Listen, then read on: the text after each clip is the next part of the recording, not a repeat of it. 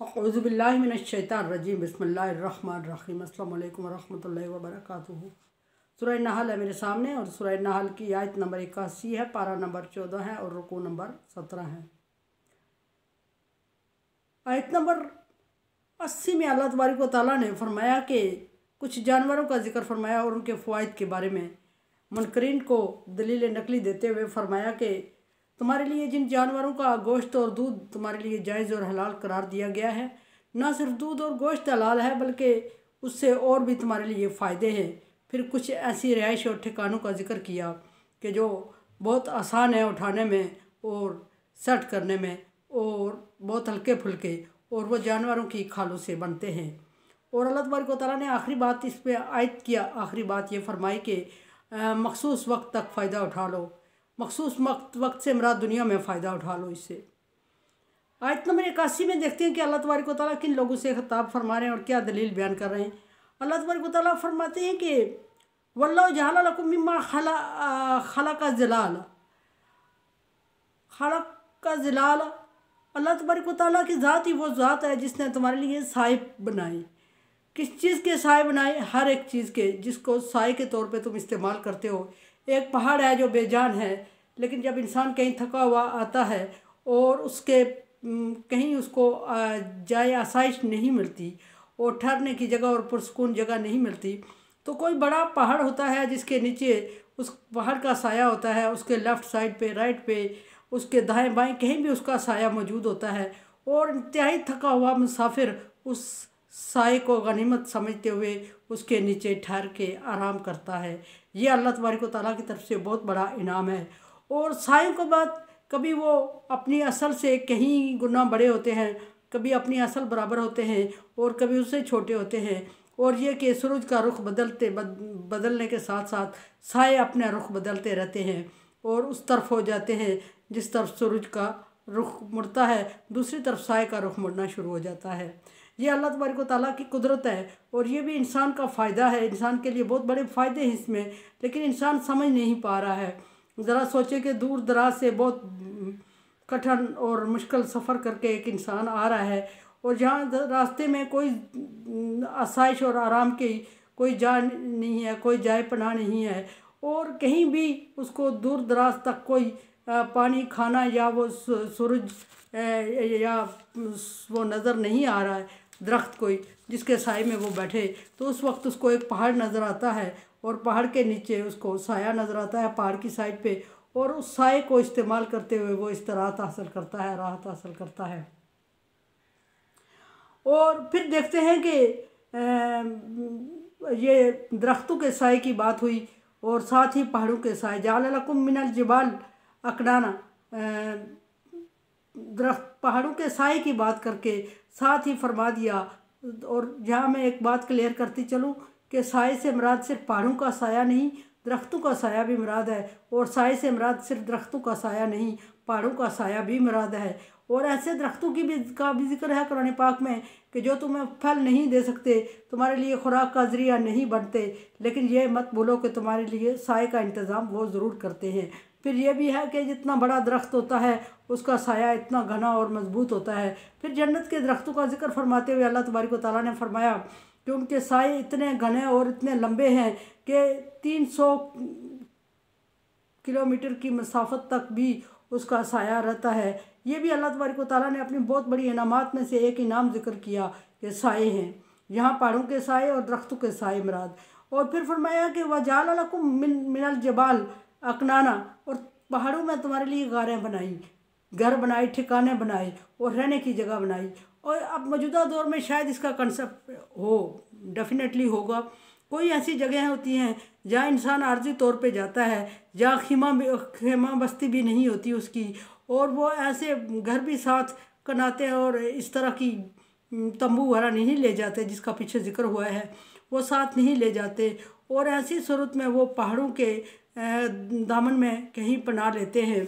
और ख़ुसूसन मुजाहिदीन जो कि बॉर्डर पे हिफाजत के कौम और मुल्क की हिफाजत के लिए तैनात किए जाते हैं, उनके लिए ये चीज़ें बड़ी मानी रखती हैं। दूर दराज तक पहाड़ों में चले जाते हैं और पहाड़ों की गारों में अल्लाह तबारक व तआला ने ऐसे इंतज़ामात किए होते हैं कि एक एक दो दो तीन तीन बंदूकें रहने की गुंजाइश मौजूद होती है, उसको गार कहा जाता है। असल में ये आर्जी तौर पे पहाड़ में एक घर होता है जो अल्लाह तबारक व तआला की तरफ से तैयार किया हुआ होता है। वो मुसाफिर को पनाह देता है, मुजाहिदीन को पनाह देता है, और इसी तरह कई और लोगों को पनाह देता है जो बेजार और मददगार होते हैं, जो किसी दूसरे मुल्क में जाके किसी दूसरी जगह पे ऐसी जगहों पे फंस जाते हैं जहाँ उनके रिहाइश की कोई इंतज़ामात नहीं होते। वो टाइम गुजारने के लिए उन ऐसी जगहों की पनाह में आते हैं, ऐसी जगहों में पनाह लेते हैं। उनका जिक्र किया गया। बाज़ गारें बड़ी खूबसूरत है। गारे हिरा से मुराद, गारे सौर से मुराद ली जाए तो नबी सल्लल्लाहु अलैहि वसल्लम का ठिकाना, जब आप सल्लल्लाहु अलैहि वसल्लम को अपनों ने इस कदर तंग किया कि आप को अपना मुल्क छोड़ने पे मजबूर हो गए, और रात के अंधेरे में आप सल्लल्लाहु अलैहि वसल्लम हज़रत अली को अपने बिस्तर पे लिटा के हज़रत अबू बकर सिद्दीक़ को साथ लेके निकले, तो उस वक्त रास्ते में कोई घर नहीं था, कोई ठिकाना नहीं था, और कोई मेहमान नहीं था जो मेहमान नवाजी करता, कोई ऐसा बंदा नहीं था जो हौसला अफजाई करता, कोई ऐसा बंदा नहीं था जिसके पास पनाह हासिल की जाए। दुश्मन आपके जान के दर पे थे और तरह तरह के इनामात मुकर्रर करके आपके पीछे लग चुके थे। ऐसी सूरत में पहाड़ के दामन में ने आपको पनाह दी, जिस पहाड़ को गारे सौर या गारे हिरा कहा जाता है और जबले नूर कहा जाता है। जबले नूर, और ये सारी पहाड़ी ही हैं जिन्होंने नबी सल्लल्लाहु अलैहि वसल्लम को गारे सूर, गारे हिरा और जबले नूर की सूरत में नबी सल्लल्लाहु अलैहि वसल्लम को अपने दामन में समो लिया और आपको अपने दामन में छुपा लिया और प्रोटेक्शन और तहफ़्फ़ुज़ दिया अल्लाह तबारक व तआला के हुक्म के साथ। और फिर आप सल्लल्लाहु अलैहि वसल्लम की ज़िंदगी अल्लाह तबारक व तआला को मंजूर थी। डेफिनेटली आप नबी थे और नबूवत के आला मनसब पर फाइज थे, और आपको अपनी ज़िम्मेदारी पूरी करनी थी, और उस ज़िम्मेदारी तक पहुँचने के लिए ऐसी जगहों ने, ऐसे ठिकानों ने भी आप सल्लल्लाहु अलैहि वसल्लम की उसी तरह मदद की जिस तरह के आपके करीब तरीन दोस्तों ने मदद की। जैसे यार गार दोनों साथ थे। यार का मतलब हज़रत अबू बकर सिद्दीक़ जो इंतहाई मुश्किल वक्त में आपके साथ सफ़र पर रवाना हुए, और गार वो जो इंतहाई मुश्किल सफ़र में आप सल्लल्लाहु अलैहि वसल्लम को अपना में ले लेती है। तो ये इन चीज़ों का और इंसान का चोली दामन का साथ है। अगर हम अभी इसको नहीं समझ रहे हैं तो ज़रा पिछली हिस्ट्री पे गौर करें तो समझ आ जाएगी कि ये किन चीज़ों की बात हो रही है। और अगली ज़िंदगी भी बाज़ लोगों की इन चीज़ों से बहुत अच्छी तरह वाकिफ़ है, जिनको किसी मिशन के तहत जो ज़िंदगी गुजार रहे हैं। जो बगैर मिशन के सिर्फ जीने के लिए गुजार रहे होते हैं, उनके लिए ये चीज़ें ना मानी रखती हैं, ना वो इनकी अहमियत और हकीकत को समझ सकते हैं। इनकी अहमियत और हकीकत वही लोग समझ सकते हैं जो किसी मिशन के तहत ज़िंदगी गुजार रहे होते हैं। और मिशन को पाया तकमील तक पहुंचाने के लिए इन चीज़ों का, इन जगहों का सहारा उनको लेना पड़ता है। और ये अल्लाह तबारक व तआला ने बयान फरमाई अल्लाह तबारक व तआला ने डेफिनेटली और बेमकसद नहीं फरमाई। सॉरी, फरमाया कि पहाड़ों की गारों को तुम्हारे लिए ठिकाना बनाया। जाला लकुम सराबीला ताकि कुमल हर्रा व सराबीला ताकि कुमल बासकुम, और फिर तुम्हारे लिए ऐसे कुर्तों का इंतज़ाम किया, ऐसे लिबास का इंतज़ाम किया जैसे कि जो तुम्हें शदीद लड़ाई की सूरत में ज़ख्म आने से बचाते हैं, चोट आने से बचाते हैं। इससे बख्तर मुराद है, और फिर इससे एक ऐसा कुर्ता ज़रा भी मुराद हो सकती है। फरमाया कि ऐसे लिबास ईजाद किए इन जानवरों की खालों से और जानवरों के बालों से, ऐसे लिबास ईजाद किए। खाल से यहाँ मुराद ज़्यादा है, खाल से ऐसे मुराद लिबास ईजाद किए जो तुम्हें जंग की सूरत में तुम्हें चोट लगने से बचाते हैं, और सर्दी से बचाते हैं। शदीद सर्दी की सूरत में सर्दी से तुम्हें तहफ़्फ़ुज़ देते हैं और मजबूत होते हैं, और गर्मी मुहैया करते हैं। और शदीद गर्मी की सूरत में वो गर्मी के रोक के तुम्हें आसाइश और इस्तराहत देते हैं। ऐसे लिबास जानवरों की खालों से तुम्हें प्रोवाइड किया अल्लाह तबारक व तआला ने। और ऐसे जैसे कि जूता बनता है जानवर के चमड़े से, और वो जूता इंसान को रास्ते की तंगी, तकलीफ़ और शिद्दत और कांटों और पत्थरों से चोट लगने से बचाता है। इसी तरह कुर्ता बनता है जिससे आजकल जैकेट बन रहे हैं, उस ज़माने में कुर्ते बनते थे जो कि इंसान को गर्मी के जंग के दौरान इंसान पर जब वार किया जाता था तो वो उससे कट के जिस्म तक नहीं पहुंचता था, बल्कि वो कुर्ता इतना मजबूत होता था चमड़े से बना हुआ कि वो अपने ऊपर वार सह लेता था, इंसान के जिस्म को कट लगने से महफूज रखता था। फिर वो कुर्ता अगर शदीद गर्मी में पहना जाए तो सर्दी असर नहीं करती, शदीद गर्मी में पहना जाए तो गर्मी इंसान के जिस्म तक डायरेक्ट पहुँच कर असरअंदाज नहीं होती थी, और शदीद सर्दी में पहना जाए तो सर्दी इंसान के जिस्म पर असरअंदाज नहीं होती। यह मुख्तलिफ़ किस्म के अल्लाह तबारक व तआला ने इंसान के लिए उस ज़माने की सादा चीज़ें ईजाद जो फरमाई उसका ज़िक्र फरमाया।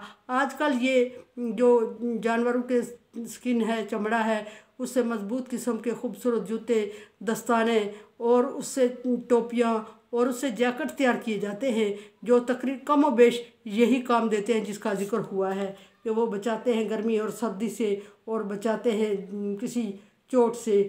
जिस तरह के जूता पहन के जब इंसान चलता है तो चोट लगने से महफूज रहता है।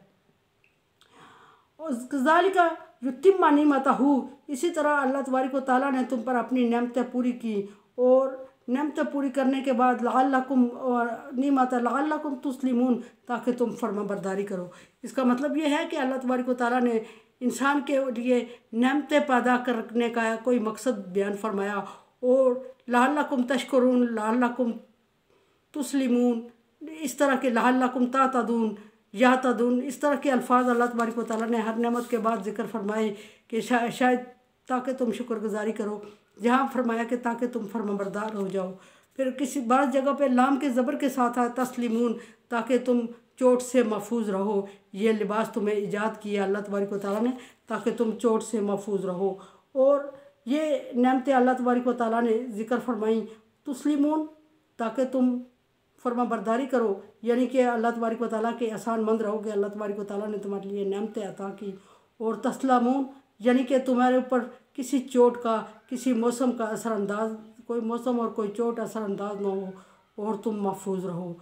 ये अल्लाह तबारक व तआला ने इंसान पर एहसानात गिनवाए, और एहसानात के साथ साथ एहसानात का मकसद भी बयान कर दिया कि तुम फर्माबरदार रहो या तुम चोट से या दुख से, तकलीफ़ से महफूज रहो। और ये जानवरों के अल्लाह तबारक व तआला ने फ़वाइद ज़िक्र फरमाए। और फिर अल्लाह तबारक व तआला की बहुत ज़्यादा नेमतें हैं, बहुत ज़्यादा, जिनको अनअमल्लाहि मुनामिरा, जिनको ज़िक्र नहीं किया जा, शुमार नहीं किया जा, ला तुहसूहा, शुमार नहीं किया जाता। यहाँ चंद नेमतें अल्लाह तबारक व तआला ने वो ज़िक्र की जो उस एरिया से रेलिवेंट थी, जैसे कि अरब के बद्दू थे, अरब के सराय एरिया में सख्त जगहों के लोग थे, उनको गर्मी और सर्दी का सामना करना पड़ता था, या फिर उनको जंग और जदल का सामना करना पड़ता था। उस मौके की मुनासबत से ये थोड़े से इनामात अल्लाह तबारक व तआला ने ज़िक्र फरमाए। ये नहीं है कि यही इनामात है अल्लाह तबारक व तआला के, बल्कि अल्लाह तबारक व तआला के बहुत ज़्यादा इनामात है, लेकिन जिस मौके, जिस वक्त की, जिस जगह की मुनासबत आती है उसके मुताबिक इनामात ज़िक्र हो रहे होते हैं।